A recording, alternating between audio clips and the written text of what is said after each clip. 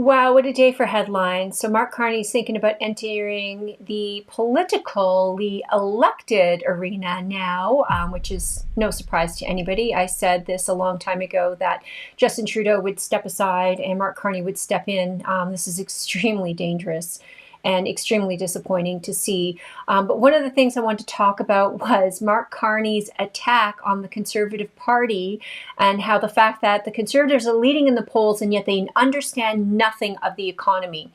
Wow is all I can say, because Stephen Harper had the economy, I think, for all my faults with him, still had the economy somewhat under decent control, and Canada was productive. It was attracting investment, doing actually quite well.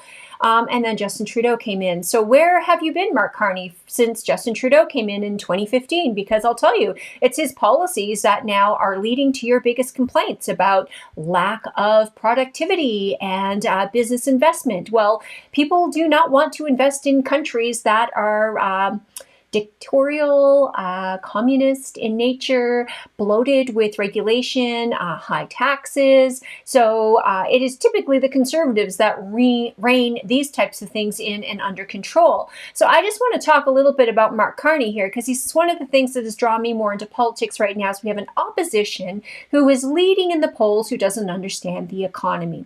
And so that must think, or leads me to believe, that he agrees that Trudeau must have had this all well in hand for the last number of years. There was no need to step in then.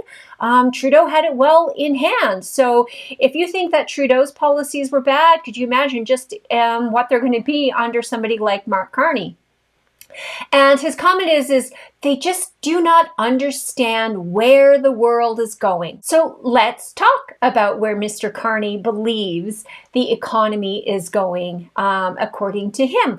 Mr. Carney, as you are all well aware, is currently serving for the United Nations Special Envoy on Climate and Finance. So he is a big advocate of climate change and carbon taxes and controlling resources. And let's talk about this for a moment, because the United Nations is the largest global wealth redistribution program in the world. It is what it is. That is exactly what it is. It's taking about the countries who have and giving it to the countries who do not.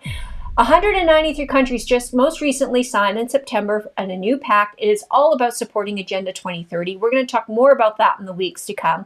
But Canada has its own equalization program, right? And Alberta, BC a little bit, and Ontario a little bit fund the rest of Canada through equalization payments.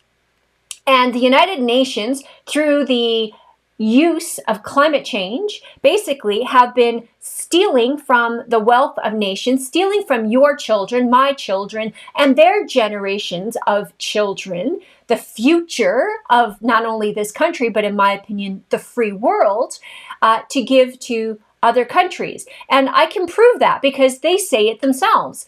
They are basically trying to develop equality in the world. Well, not all things are equal, nor should they all be equal. You don't get equal amounts of rain. Otherwise, we wouldn't have deserts. We wouldn't have rainforests. We wouldn't have, certain areas that have more water, less water, cold or dry. We would not have an Antarctic or an Arctic, that's for sure, if all things were equal. This naive idea that all things should be exactly the same. People are not exactly the same. Cultures are not exactly the same. Economics and different theories are not the same. This is a communist ideology that somehow these elites, these technocrats, these business owners, billionaires think that they can somehow manufacture their own utopia. So you know what? He who does the creating, they are the ones who make the rules. Then they are the ones that are going to make the rules. Of course, they're not going to apply to them. It's just going to apply to us. So let's talk a little bit about the UN's agenda here, because this Agenda 2030 needs to be discussed in light of Mark Carney, who we want to bring in. Now, don't forget, Canada, we elected a communist back in the 60s and 70s to run our country. So, Pierre Elliott Trudeau was a registered communist, admired the communist manifesto and how they could get things done. This is not news. This is not fabrication. This is fact. He was actually not even allowed into the US for many, many years because he was a communist. And so if you think that, this is a bit extreme, me picking on Mark Carney in this way, wait for it. So to achieve the Sustainable Development Goals, because the UN Agenda 2030 is about these 17 Sustainable Development Goals, and I'm not going to go into all of them here today, but I mean, the cost to do this is estimated to be about $7 trillion. $7 trillion. Let that sink in. And who's going to fund it? Because it's not going to be the poorer nations. It's going to be the wealthier nations. It's going to be your children that fund this to make things equal amongst everybody around the world. Well, how about we start working to raise people up where they are at to improve their standards of living? Why is it that taking a dollar from, a wealthy nation and giving it to, there's a great book called White Man's Burden. If you haven't read it, you should read it. But it talks about basically this idea of charity, foreign aid. It doesn't work. It's never worked, but it does keep power, and it does certainly fund corruption and political disparity, typically, amongst these countries.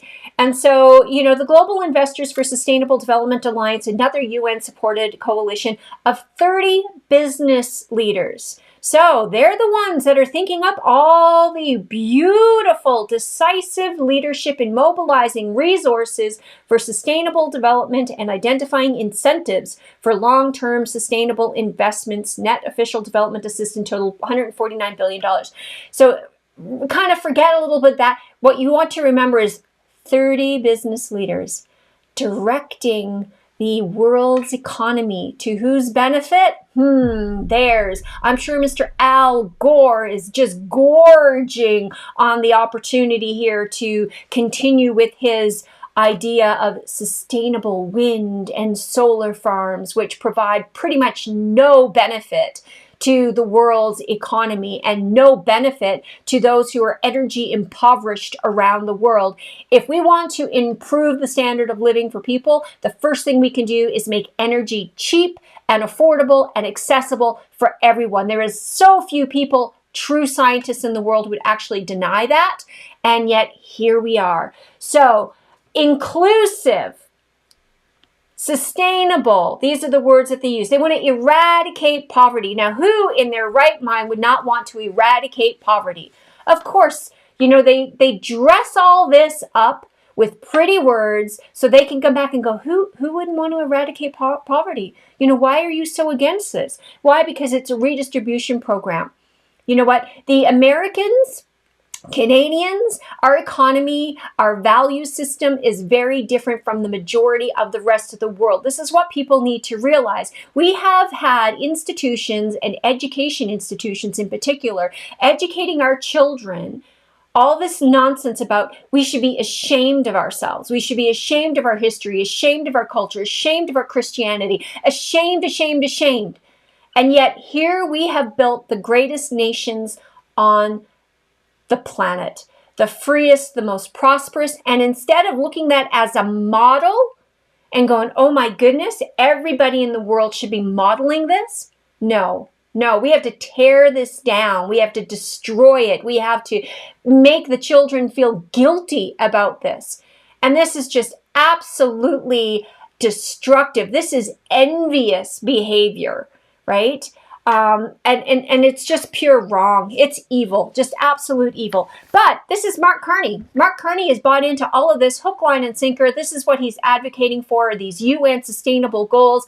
And now, I think the part that really got me today, that's so excited about this, and when I say excited, passionate maybe, is the fact that New Brunswick just elected a Liberal government. People look at me and they say, Nadine, politics. And I go, politics is a mirror of what society wants. It is a mirror of the values and what citizens actually desire. So people look at me and say, oh, well, it was a protest vote. I don't care what it was. It's wrong. I can't believe that anybody would continue to support the Liberal government, Justin Trudeau. It just shocks me. absolutely shocks me that we would choose this kind of path over a righteous, free, balanced, responsible government. And climate change is at the root of all of this. And of course, what's Mr. Carney's expertise, right? Climate and finance. So, I'm going to challenge everybody here because, they want to say the economy, conservatives don't understand it. Well, I'll tell you, we weren't in the mess we were in under Stephen Harper. And everybody knows on this channel, I have had my beefs with Stephen Harper. He signed us up for the stupid Agenda 2030. At the time, it was Agenda 21. So you're not off the hook for that. But, economically, he did actually have some common sense policies. And we've all complained here in Alberta in particular about the equalization payments that we make to the rest of Canada, and yet here you have it. You have a UN, a global desire to redistribute the wealth. It's an equalization program around the world, taking from those who have, taking from your hard-earned dollars and giving to countries who may or may not share our values, who fund terrorist activities, who are the greatest violators of human rights. Instead of fixing those problems, they just turn around and they guilt our children into believing that they are the problem. So I'm just going to leave it there today, but I want you to dig a little deeper. I want everybody to go and take a look and truly understand, get rid of the window dressing and the pretty words and take a look at the fact that these are globalist agendas that will prop up, countries that, rather than try to strive to achieve what Canada and the United States and these wealthy, G7 countries have done, they would just rather take from us, tear us down, bring us down. This is the breeding ground of mediocrity. This is the breeding ground of tyranny. This is the breeding ground of communist ideology, and it has to stop. We have to stop funding these bad ideas. The United Nations has to go. And please, dear Lord, people call out Mark Carney for what he is, and he is one of these global elitists who has no business running this country. And heaven forbid if people actually believe, and I'm going to be polite about this, don't say those words that comes out of his mouth. He is not interested in helping everyday Canadians. His interest lies in himself and these 30 business leaders to build up their own business interests that we have seen. COVID created more and more billionaires. And why is that? It certainly wasn't a mistake. It was by design. Stay with me, everyone. Stay sound. Keep your thinking caps on. You view everything through a critical lens. We know what they're up to. God bless you all.